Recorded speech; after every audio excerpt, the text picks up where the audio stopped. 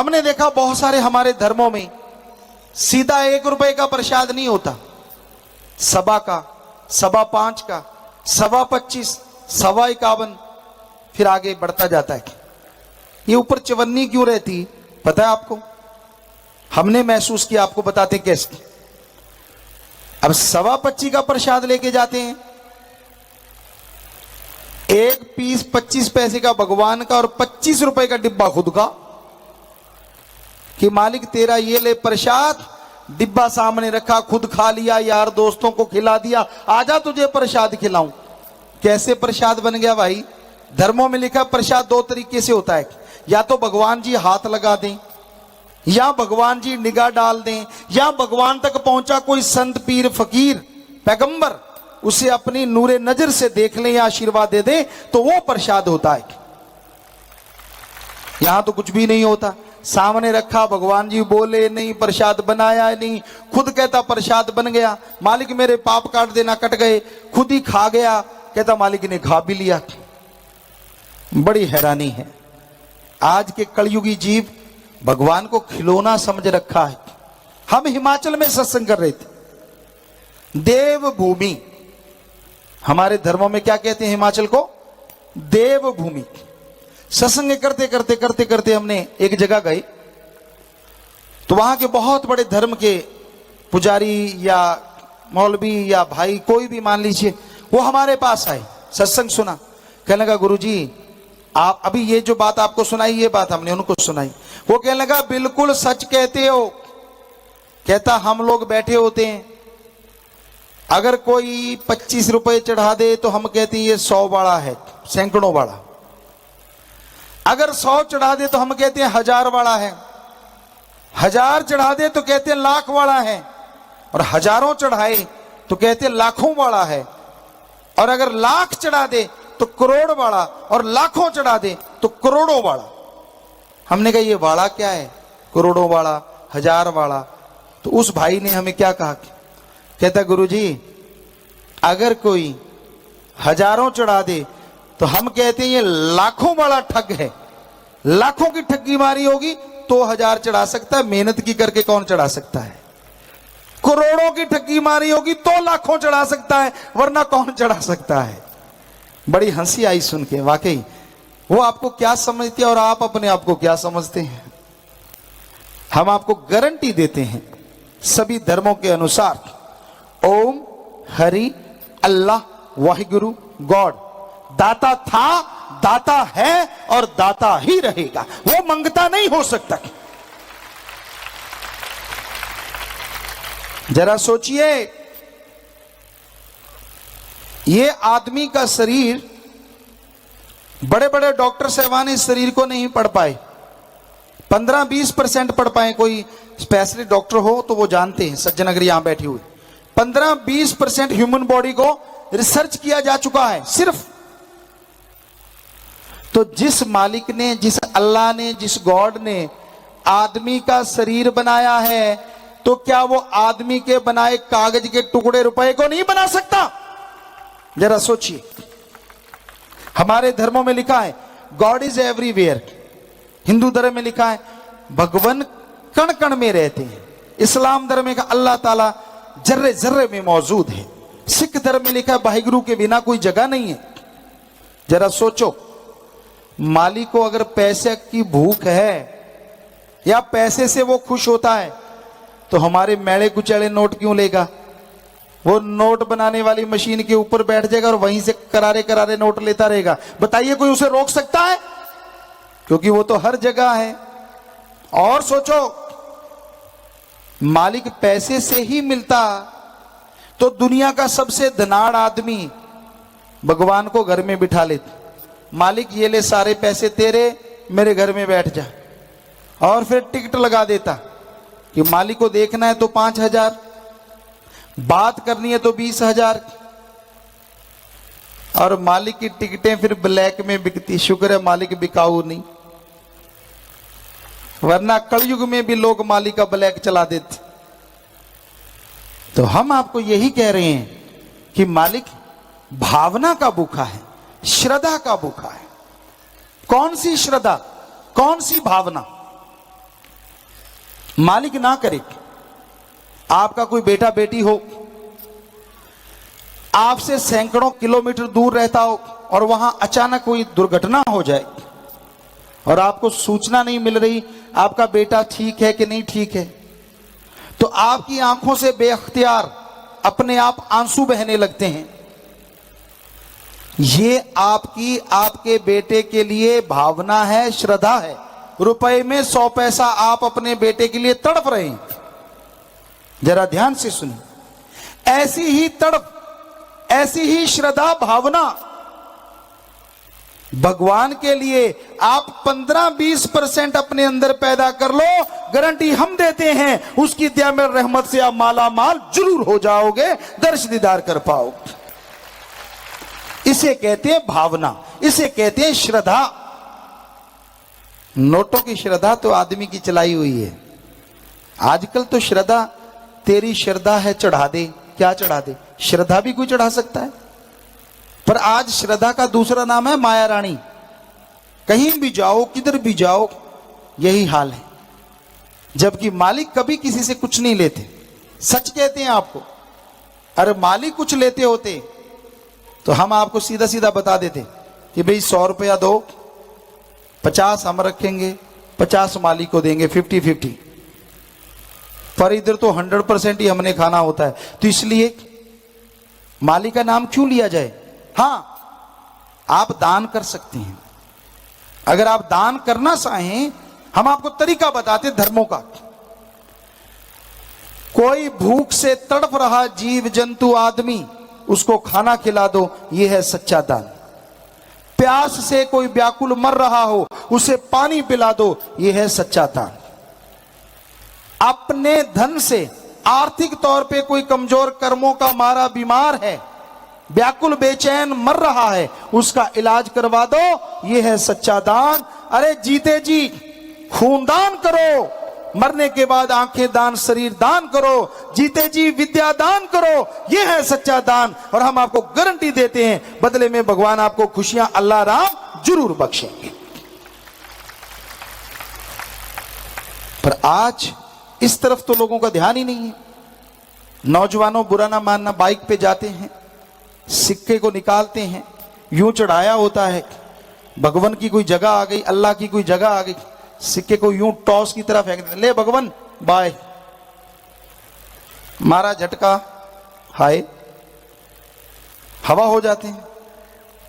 अरे भाई, ये मालिक लोगन राम खिलौना जाना। कैसे? बुजुर्गों बहुत सारे बैठे हो, जिनके पोते होंगे, छोटे छोटे बच्चे जिनके, जब आप उनसे काम लेते हो, ज्यादातर हमने बहुत लोगों को देखा है, बच्चा कई बार तो काम कर देता है, कई बार अड़ जाता है, मैं नहीं करता, तो गांव में कहते हैं ये ले गुड़ की डली, और आजकल आधुनिक युग है तो चॉकलेट दूंगा, टॉफी दूंगा, बच्चा काम कर देता, आदत पड़ जाती। तो क्या आपने भगवान को बच्चा नहीं समझ रखा? जब जरूरत पड़ती है, भगवान जी मेरा काम कर देना, तुझे मैं 100 चढ़ाऊंगा, 1000 चढ़ाऊंगा, लाख चढ़ाऊंगा, बच्चा समझ रखा है मालिक को। अरे जिसने सारी नियामतें बनाई हैं, उससे तू क्या दे सकता है? वो देने वाला है, मांगने का कायदा आना चाहिए। वो इतना देता है, झोलियां दामन छोटे रह जाते हैं, उसका रहमो करम मूसलाधार बरसता चला जाता है। मांगने का तरीका, कायदा होना चाहिए, भावना से, श्रद्धा से मांगे। सो ये मालिक के बारे में आपको बताया कि आज के दौर में क्या हो रहा है। लोग ठगी मारते हैं, बेईमानी, भ्रष्टाचार किसी भी धर्म में अलाउड नहीं है। लेकिन क्या किया जाए, अपने शरीर के लिए, अपनी औलाद के लिए, उनका वास्ता देते हुए, ऐशो आराम के लिए ये सब चल रहा है। कबीर जी ने लिखा, माया होई नागणी और जगतर ही डहकाए, जो इसकी सेवा करे ये उसको ही है खाए।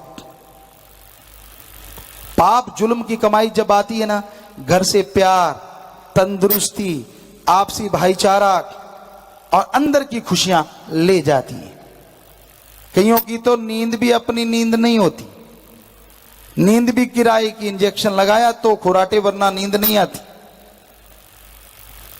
आपस में प्यार नहीं होता, कईयों के आगे औलाद नहीं होती, बड़े बड़े बंगले महल सुने रह जाते हैं बाद में। हमने बिल्कुल अपनी आंखों से देखा है। ऐसा होते तो भाई वो कबीर जी के वचन सच हैं कि पाप जुल्म की कमाई कभी ना करो। किसी के मुंह का निवाड़ा छीन के खुद के पेट में डालोगे, वो अमृत नहीं, आबो हयात नहीं, वो आपके लिए जहर का काम करेगा, आपकी औलाद के लिए जहर का काम करेगा।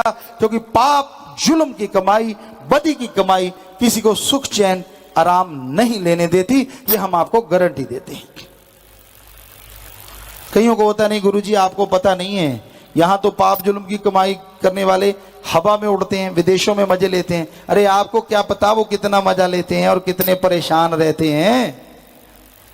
बिना वजह की बीमारियां हैं, अल्ट्रासाउंड में कुछ नहीं आता, एक्सरे में कुछ नहीं आता, पर रात को नींद और दिन को चैन नहीं आता। ऐसी ऐसी बीमारियां हैं जिसका कोई नाम ही नहीं है।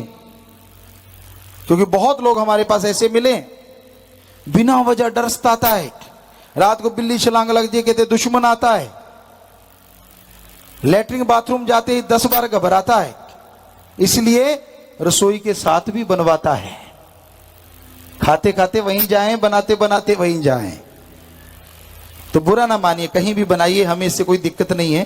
पर हम तो वैसे एक आपको बात बताते हैं कि जो जिनका हाल ऐसा होता है, जो लोगों का हक मार के खाते हैं, उनको कभी चैन नसीब नहीं होता। ये धर्मों शास्त्रों का कथन है, ये सच्चाई है। 5 चोर तेरे पीछे लगे, कीमती पूंजी तेरी ठगे, मन जो कहे इनकार कर ले। 5 चोर, काम वासना, क्रोध, लोभ, मोह और अहंकार। ये 5 ऐसे हैं जो हर इंसान को गुमराह करते हैं। कभी काम वासना में अंधे हो जाते हैं तो इंसान अपनी बर्बादी करता है, समाज की बर्बादी में आगे बढ़ता है और उसका नाम लोग लेना पसंद नहीं करते। कोई रिश्ता नाता नहीं होता जो कामी कीड़ा हो जाएगी। फिर है क्रोध। क्रोध जब आता है, कहते क्रोध चंडाल का दूसरा नाम है। ऐसा क्रोध आता है आदमी अपनी मां, अपनी बहन, अपनी बेटी, किसी को कुछ नहीं देखता जब क्रोध आ जाए, और बाद में उसके लिए पछताता रहता है, मैंने ऐसा क्यों बोला, ऐसे मैंने क्यों कहा। फिर है लोभ। लोभ लालच। लोभ है सर्व पाप का बाप। यहां लोभ लालच आ गया, बाकी के पाप अपने आप जुड़ते जाते हैं, बाकी की बुराइयां अपने आप जुड़ती जाती हैं। और इसी के बाद आता है अहंकार।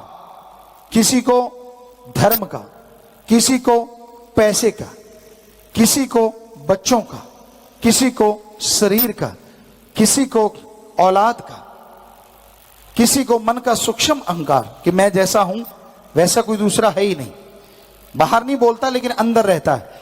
तो ये अहंकार को मार पड़ती है। अहंकार नहीं करना चाहिए। रावण से बढ़ के आपके पास कुछ भी नहीं। बहुत शूरवीर था वो, बहुत योद्धा था, बहुत बड़ा साइंटिस्ट था, एटम परमाणु उसके कंधे पे रहता था, 4 वेदों का टीकाकार पंडित, यहां से मर्जी पूछ लो, वेद शास्त्र का दोहा बोल के उसकी व्याख्या कर देता था। बहुत बड़ा साइंटिस्ट, एटम परमाणु कंधे पे, जब चाहे बरसात करवा लेता था। चंद्रमा की रोशनी से ही नहीं बल्कि सूरज और चंद्रमा दोनों की रोशनी से खाना बना लेता था। तो इतना बड़ा साइंटिस्ट, इतना बड़ा योद्धा, और वो छोड़िए उसके नौकर भी सोने के कमरों में, गोल्ड के कमरों में रहते थे, हीरे मोती जड़े वो बर्तनों में खाना खाता था। अब कितना नौकरों के पास धन दौलत होगी। उसने एक ही बात की, अहंकार किया कि मौत मेरा कुछ नहीं बिगाड़ सकती। उसने सीता जी को उठाया अहंकार में, तो 1 लखपूत 1.25 लख नाती, तै रावण घर दिया ना बाती। तो आप किस बात का अहंकार करते हैं? क्या है उससे ज्यादा आपके पास? सफल क्लोन ज्ञाता भी था, जो साइंटिस्ट हैं उनके लिए बता दें। लोग कहते रावण के लाख बेटे कैसे थे? वो सफल क्लोन ज्ञाता था। रामायण में, क्योंकि हमने विज्ञान के दृष्टिकोण से धर्म को पढ़ा है, रामायण में एक जगह पे आते हैं कि सुग्रीव जी और हनुमान जी आके श्री राम जी को कहते हैं कि हम रावण के जितने बच्चों को मारते हैं अगले दिन जिंदा होके आ जाते हैं। तो श्री राम जी मुस्कुरा के कहते हैं नहीं, वो जिंदा नहीं होते, पर रावण के सारे बच्चे ज्यादातर एक जैसे ही, एक जैसे क्लोन हो सकते हैं, बाकी नहीं। वो मायावी मतलब क्लोन। तो उसके खुद के तो 3 या 5 ही बच्चे थे, बाकी सब क्लोन से बेटे नहीं बनाए, उनके भी आगे बेटे थे, यानी 1.25 लाख। तो इतना बड़ा साइंटिस्ट था। तो आपके पास ऐसा क्या है जो उससे ज्यादा जो आप अहंकार करते हैं? उसने अहंकार किया, वो उसका खात्मा हुआ, एक कोई बचा नहीं घर में दिया बत्ती वाला। तो इसलिए अहंकार भी बुरी बला है। फिर है मन। आप बैठे कहीं और हो, सोच कुछ और रहे हो, दिखते कुछ और हो, करते कुछ और हो, ये मन का काम है।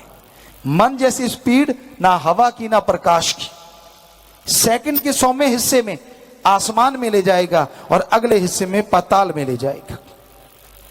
इससे ज्यादा स्पीड अगर किसी की है तो वो है आत्मा की और रूह की।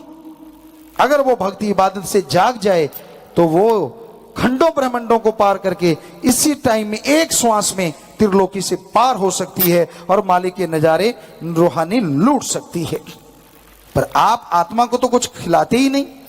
खान पान, बोलचाल, रहन सहन सब मन का है। आत्मा की खुराक भगवान अल्लाह मालिक की भक्ति इबादत है और वो आपको अलूणी सिल बिना नमक मिर्च के बकबका खाने का सामान लगता है। तो इसलिए भाई मालिक की भक्ति करो, आत्मा की स्पीड बढ़े और आपके गम चिंता दुख परेशानियां पल में दूर होते चले जाएं और आप अपने विचारों पे काबू पाना सीख जाएं और सदा सुखी रहें। आगे आया जी, कर्म कांड ना काम आए, काल दायरे से ना छूट पाए, मिलती ना मुक्ति पाए तरले। कैसा भी कर्म कांड, दिखावा मालिक को खुश नहीं कर सकता। कोई आदमी कहे इस तरह के कपड़े पहन लो, मालिक मिल जाएगा, फिर तो काम ही बड़ा आसान है। सारा दिन बुरे कर्म करते रहो, उस रंग के कपड़े पहन लो, मालिक मिल गया। और जब मालिक को घर से भेजना कपड़े बदल लो, मालिक ये जा वो जा। ऐसा तो नहीं। कई सज्जन कहते हैं एक डुबकी लगाओ, डुबकी लगाने से पाप धुल जाते हैं। हम आपको बताएंगे सभी धर्मों में तीर्थ स्थान किस लिए बने हैं, वो बाद में बताएंगे। पहले आपको यह बता दें, क्या वाकई एक डुबकी लगाने से सारे पाप धुल सकते हैं? फिर तो भाई यहां तीर्थ स्थान है, वहां के लोगों के तो मजे बन जाएं। सारा दिन सुबह से लेके शाम तक पाप किए, ठगी की, मारा काटी, सब कुछ किया और शाम को एक डुबकी लगाई, पाप धुल गए। अगले दिन फिर शुरू हो गए और शाम को फिर डुबकी लगाई, फिर साफ। ये तो बड़ा आसान काम हो गया। ये सही नहीं है। डुबकी लगाने से सिर्फ शरीर की मैल नहीं उतरती, आत्मा की तो कहां से उतरेगी। और अब आपको बताते हैं धर्म स्थान बने क्यों हैं, जो धार्मिक तीर्थ स्थान डुबकी लगाने यहां। और तीर्थ स्थान हमारे सभी धर्मों में इसलिए बने कि आने वाली इंसानियत, मानवता, आदमियत को लोग भूल जाएंगे, इंसान भूल जाएगा। वो उन तीर्थ स्थानों पे आए, नहाए, अपने अल्लाह वाहिगुरु गॉड राम को याद करे और उस मालिक के रहमो करम का भागीदार बन सके। इसलिए हमारे तीर्थ स्थान बने, ताकि भूले हुए लोग अपने मालिक को याद कर लें और उसको याद करके तमाम रहमो करम के हकदार बन सकें। इसलिए तीर्थ स्थान बने हैं। सिर्फ डुबकी लगाना या नोट चढ़ाने से इसलिए नहीं बने हैं। कोई माने चाहे ना माने, वो मर्जी आपकी, हमारा फर्ज सच बताना है। तो भाई आगे आया, माया जोड़ी काम आती नहीं, अंत समय साथ जाती नहीं, जोड़ जोड़ चाहे तू खजाने भर ले। अगर मांगना है मालिक से, मालिक को मांगो। अकबर बादशाह के समय की बात। अकबर बादशाह इन्हीं क्षेत्रों में कहीं घूम रहे होंगे और एक जिमीदार काम कर रहा था जंगलात में।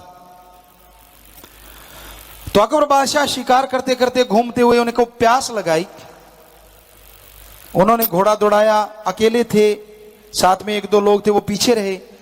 कहीं पानी मिल जाए, बहुत प्यास लगी है। आवाज आई हल चलाने की। बादशाह ने घोड़ा रोक के सुना, आवाज आई कि कोई हल चला रहा है, आवाजें आ रही हैं। पहले जिमीदार आमतौर पर ही पशुओं को गाड़ी वगैरह देते रहते थे, तो वो जाट जिमीदार गाड़ियां दे रहा था। तो वो उसके पास पहुंच गया, बिल्कुल भेष बदला हुआ था। कहने लगा, भाई मुझे पानी चाहिए। कहने लगा, जी बिल्कुल बिल्कुल, आइए आइए, आप पानी लीजिए, पानी पियो, मेरे पास ठंडा पानी है। पानी पी लिया। कहने लगा, आप खाना भी खाओ। मैं खा रहा हूं। कहता नहीं नहीं, कहता मुझे ज्यादा आता जाता नहीं है कुछ बोलना बालना, मेरे पास है खाना, तो तू भी खा ले, उसे क्या पता वो राजा है।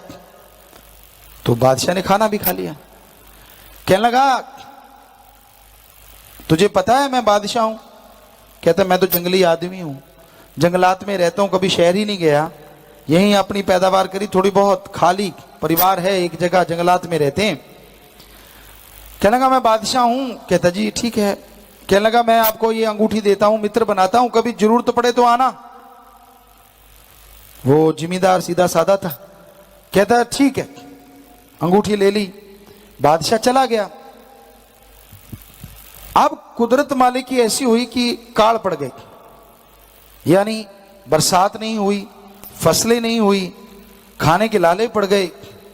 वो जिम्मेदार को याद आई, यार ये अंगूठी वाला एक आया था, बादशाह कहता था चलो उसके घर चलते हैं, शायद खाने को कुछ मिल जाए। पूछ बचा के वो दिल्ली पहुंचा, उसके महल के दरवाजे पे उसे रोक लिया गया। वो दंग हो गया है, इतना बड़ा राजा है, इतने बड़े महल है, नौकर चाकर हैं, और वो दरबारी ने रोक लिया कि नहीं जाने देता। कहता तू कैसे नहीं जाने देता, इसने बुलाया है। अब अंगूठी दिखाई तो दरबारी वो समझ गया गेट वाला कि भाई इसको तो बादशाह की अंगूठी है, इसकी तो पहनी हुई। उसने अंदर जाने दिया। फिर कहने लगा, उन्हें पूछा भी बादशाह कहाँ है। कहने लगे बादशाह तो महलों में। कहते महल किधर है। कहता वो रहे रास्ता। चल पड़ा उधर, वहां कौन जाने दे, रोक लिया। उसने फिर अंगूठी दिखाई। कहता आप रोकते क्यों हो बार बार, जब मुझे उसने बुलाया है। तो अंगूठी देखी, वो भागे भागे अंदर गए, बादशाह को खबर करी कि जी ऐसे ऐसे आपकी अंगूठी पहनी हुई सीधा साधा कोई जाट जिम्मेदार है और वो आया है। बादशाह ने याद आ गया, बड़ी याददाश्त थी अकबर बादशाह की। याद आया कि हो एक जिम्मेदार था, उसने पानी पिलाया था, खाना खिलाया था।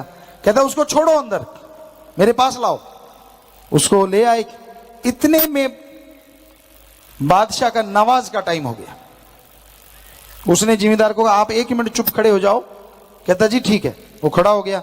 तो जैसे मुसलमान भाई नवाज अता करते, घुटने औंधे मारते हैं, बजर आसन, उसमें बैठे नवाज अता की, सब मालिक की दुआ की, आमीन किया।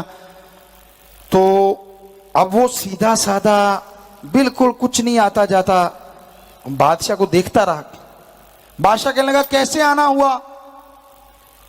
कहने लगा जी वो बातें छोड़ो, पहले ये बताओ आप कर क्या रहे थे इतनी देर। कहने लगा मैं अल्लाह ताला से अपनी रियाए, अपनी प्रजा के लिए दुआ कर रहा था कि सबको सुख देना, सबकी झोलियां भरना, कोई कमी ना छोड़ना।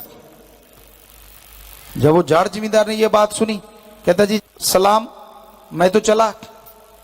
बादशाह कहने लगा तू आया, मेरी बात सुनी और चला, मेरे से कुछ बात कर, क्या तुझे कुछ चाहिए। कहता नहीं नहीं, मेरी सलाम मंजूर करो, मैं तो चला।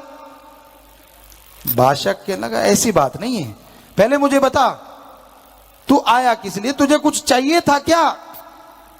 तो आगे से वो कहने लगा मुझे चाहिए था, पर मैं मंगतों से क्यों मांगू, मैं भी क्यों ना उससे मांगू जिससे तू मांग रहा था। मैंने मंगता ही बनना है तो क्यों ना अल्लाह ताला का ही बनूं। बुरा ना मनाइएगा, कोई इसे गलत तरफ ना ले जाना। हमारा कहने का मतलब, अरे मालिक को हम क्या दे सकते हैं, जिसने हमें बनाया है। मालिक वो नहीं है जिसको हम बना देंगे। और मालिक से मांगना चाहिए। हमारे वेदों में लिखा है मालिक से मांगो अच्छा पानी, अच्छी हवा, अच्छा धरती, उपजाऊ धरती, अच्छी संतान, अच्छा स्वास्थ्य। भगवान से मांगना है तो भगवान को मांगो। इस्लाम धर्म में लिखा अल्लाह ताला रहमो करम का मालिक है। कायदे से मांगोगे तो इतना रहमो करम बरसाएगा, दामन छोटे पड़ जाएंगे, रहमो करम बरसता जाएगा। सिख धर्म में लिखा है जो मांगे ठाकुर अपने से, सोई सोई देवे।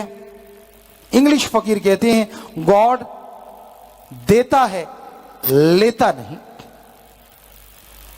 तो वो मालिक से मांगा जाए, और मालिक से अगर मालिक को ही मांग ले तो बाकी चीजें क्या पीछे रह जाएंगी। मान लीजिए अगर राजे को ही मांग ले।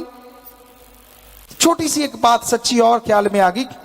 एक राजा ने नुमाइश लगा दी, सारा सामान रख दिया, ढिंडोरा पिटवा दिया, अनाउंसमेंट करवा दी, आओ महल में जो पड़ा ले जाओ जिसका जी करे, पर एक चीज ले जा सकते हो एक बार। लोग आए, जिनकी आटा नहीं था आटा ले जा रहे, चारपाई नहीं थी चारपाई, घोड़े के शौकीन घोड़ा, हाथी के शौकीन हाथी, समझदार पैसे, उससे समझदार मोती, उससे समझदार सोना, कोई हीरे ले जाने लगे। एक सज्जन आया, कहने लगा बादशाह सलामत, इस ग्राउंड में कोई जो भी चीजें मैं ले जा सकता हूं? कहता बेशक। बादशाह वहां बैठ के कहने लगा, तो उसने बादशाह का हाथ पकड़ लिया, कहता मैंने तो आपको ही ले जाना है। बादशाह ने देखा वाकई मैंने बोला किले के मैदान में जो भी सामान ले जाओ, तो मैं भी तो आ गया उसमें, क्योंकि उसने पूछ लिया पहले कुछ भी ले जा सकता हूं जो ग्राउंड में। कहता हाँ जी। तो बादशाह कहने लगा ठीक है भाई मैं तो तेरा हो गया। तो आगे से वो आदमी कहने लगा अगर तू मेरा हो गया तो ये लूट क्यों मचा रखी है, सामान भी तो मेरा हो गया, करवा बंद सारा मेरा। तो वाकई सच है, जिसका बादशाह उसका सारा साजो सामान। तो जिसका भगवान अल्लाह राम, क्या उसको कोई कमी छोड़ेगा मालिक? पर लोग उससे उसको मांगते नहीं, नियामतों में उलझे हुए हैं और नियामतों के दाता को भूल गए। दातों से प्यार है और दाता को भूले बैठे हैं। दातार को याद कीजिए। तो भजन की आखिर में आया, संतों के वचन जो ले मान जी, नाम जपे होए कल्याण जी, कहे शास्त्र नाम जी इतवार कर लो। गुरु, गुरु किसे कहते हैं? गु का मतलब होता है अंधकार और रू का मतलब होता है प्रकाश। दोनों को जोड़े तो बनता है जो अज्ञानता रूपी अंधकार में ज्ञान रूपी दीपक जला दे, वो सच्चा गुरु है। गुरु की पहचान बहुत है। गुरु कभी किसी से झगड़ा नहीं करता करवाता, ये नहीं कहता तेरा धर्म छोटा है इसका धर्म बड़ा है, लड़ाई करवाई और अपना उल्लू सीधा करके चलते बने। ये गुरु का काम नहीं होता। गुरु कभी किसी को बद्दुआ नहीं देता। संत गुरु, संत जहां भी होते हैं और सबकी मांगत खैर, सबों से हमारी दोस्ती नहीं किसी से बैर। क्योंकि जो मालिक से प्यार करेगा वो मालिक की औलाद से भी प्यार करेगा, नफरत नहीं कर सकता। तो संत सच कहते हैं, संत सत्संग करते हैं, सिर्फ बोलते नहीं, कर्म जोगी भी होते। वो कहते हैं आप भी कर्म जोगी बनो और ज्ञान जोगी बनो। पहले वो कर्म जोगी और ज्ञान जोगी बनते हैं, फिर लोगों को बताते हैं कि ज्ञान जोगी कर्म जोगी बनो, ताकि यहां भी जो भी कार्य करते हो उसमें सफलता मिले और अंदर से शांति मिले, ताकि उस सफलता का आनंद आप ले सके। तो ये गुरु की निशानियां कुछ एक, वो कभी किसी से कुछ लेता नहीं, जो भी शिक्षा देता है मानवता भलाई के लिए देता है। आपसे प्यार मोहब्बत बेगर्ज करो, अल्लाह मालिक से सर्वोत्तम प्यार करो, क्योंकि वो रहमो करम का मालिक हमें बनाने वाला है। तो उसका सत्कार करो, भगवान का तो सबका सत्कार करो, इज्जत करो। ये संत पीर फकीर सिखाते हैं।